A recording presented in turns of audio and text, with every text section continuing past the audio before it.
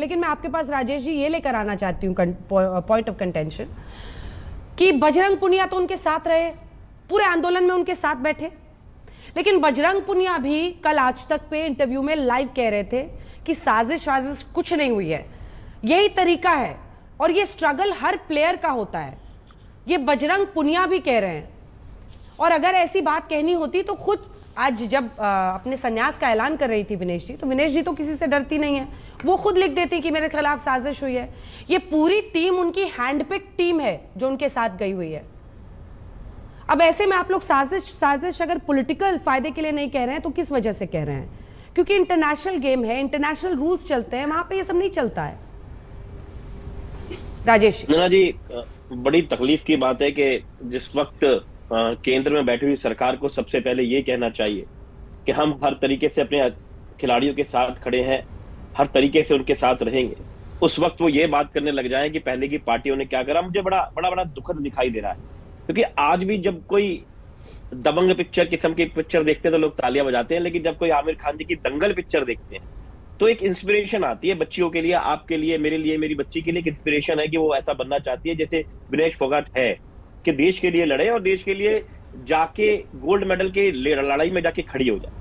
आज बहुत ही दुखद है कि उसके ऊपर भी इतनी राजनीति करना, इतना शोर मचाना कि तुम्हारी सरकार ने ये कर दिया, हमारी सरकार ने ये कर दिया। मेरा ये मानना है कि केंद्र सरकार को सबसे पहले ये कहना चाहिए था कि जब वो कि हम उसके साथ हर तरीके से खड़े, वो हमारी खिलाड़ी है, उससे चूक हुई नहीं हुई ये खिलाड़ी ज्यादा अच्छे तरीके से बता सकती है। अफसोस इस बात का है कि राजनीति में तो खेल है, देखिए आप खेल खेल रहे हैं, आपको दिखाई दे रहा है, और खेल के अंदर राजनीति है।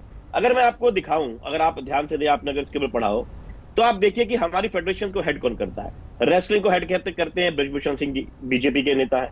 फुटबॉल को करते हैं कल्याण चौबे जी, बीजेपी के नेता हैं। टेनिस को करते हैं प्रवीण महाजन जी। आप अगर ये पूरी की लिस्ट देखेंगे, बैडमिंटन को देखेंगे तो हेमंत विश्व शर्मा जी कर रहे हैं जो इनके सीएम है। शूटिंग को देखेंगे, आप देखते जाइए, सारे के सारे एमपी हैं, इनके नेता हैं जो कि इनको हेड करते हैं। और क्रिकेट में आप जानते ही हैं, आज जय शाह जी हैं। आप देखिए, आपको क्या खिलाड़ी नहीं मिलते? अगर प्रधानमंत्री मोदी जी कह सकते हैं या अरविंद केजरीवाल जी कह सकते हैं कि लाल बत्ती हटा देनी चाहिए, ये भी तो एक लाल बत्ती है। आप खिलाड़ियों को मौका नहीं दे रहे, खिलाड़ी परेशान होकर आंदोलन करता है तो आप उसको रोड पे खींचते हैं। आप कहते हो कि उसने राजनीति क्यों करी? क्यों? वो इंसान नहीं है क्या? वो ये नहीं कह सकता कि मेरे साथ में कुछ गलत हो रहा है? और आपने क्या करा ब्रजभूषण सिंह जी के साथ में? आप इतनी बड़ी पार्टी अपने आप को बताते हैं और आपने क्या करा? आपने उनके बेटे को टिकट दिया। आप इतना घबरा गए, आप राजनीति के अंदर ये भी नहीं कर पाए कि आप ब्रजभूषण सिंह जी को हटा दे। मोदी जी तो बहुत ताकतवर हैं ब्रजभूषण सिंह जी से, लेकिन घबरा गए। और आपने देखा दबदबा है और दबदबा तो चलता रहेगा। सिद्धार्थ जी जवाब दीजिए, इसके बाद आ रही हूं सुप्रिया जी। मुझे सिर्फ 30 सेकंड सिर्फ मेरा ये कहना है कि इस तरीके की राजनीति को बार बार लाना और लोगों को। अरे पर कॉन्स्पिरेसी थ्योरी पे आपने जवाब ही नहीं दिया। एक सेकंड रुक जाइए सिद्धार्थ जी, रुक जाइए। अरे राजेश जी, आपने कॉन्स्पिरेसी पे कुछ नहीं कहा, सारे प्लेयर्स कह रहे हैं इररिस्पेक्टिव ऑफ कौन किसके कैंप में, सारे कह रहे हैं कि कॉन्स्पिरेसी थ्योरी नहीं बोली आपने। मेरे को 30 सेकंड सिल्वर के लिए ताकत लगाई। मैं ये कह रहा हूं कि जिस तरीके से एक माहौल बनाया गया कि वो जा ही ना पाए, वो तो एंटी नेशनल घोषित हो गई थी जो देश के लिए खेल रही है, जिसको रोडों पे खींचा जा रहा है, जिसको कहा जा रहा है वो तो किसी पार्टी के लिए काम कर रही थी। अभी भी यादव जी ने कैसी तरीके से इशारा करा कि उनको तो हुड्डा जी ने इशारा करा था कि वो सब काम करे। वो एक खिलाड़ी है, खिलाड़ी को खेलने दो। तो कॉन्स्पिरेसी तो उसको ना खेलने देने की थी। आप तो कहने की गोल्ड मेडल की कॉन्स्पिरेसी थी, हम तो कहते खेलने नहीं देने चाहिए, और इससे बड़ी कॉन्स्पिरेसी